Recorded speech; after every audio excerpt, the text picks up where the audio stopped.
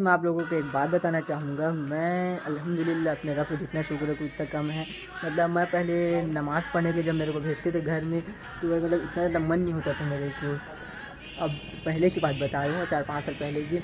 अब अल्हम्दुलिल्लाह मैं अपने चाचू का शुक्र है मतलब करूँगा, क्योंकि वो मुझे इतना ज़्यादा डाँट के मैं नमाज़ पढ़ना सिखाएँ। और मेरे पास ऐसे दोस्त भी हैं, ऐसे भाई भी हैं, जिन लोग अगर मैं एक टाइम अगर नमाज़ में ना हूँ तो मेरे पास कॉल आ जाता है कि भाई आप कैसे नमाज़ में नहीं आए हो करके।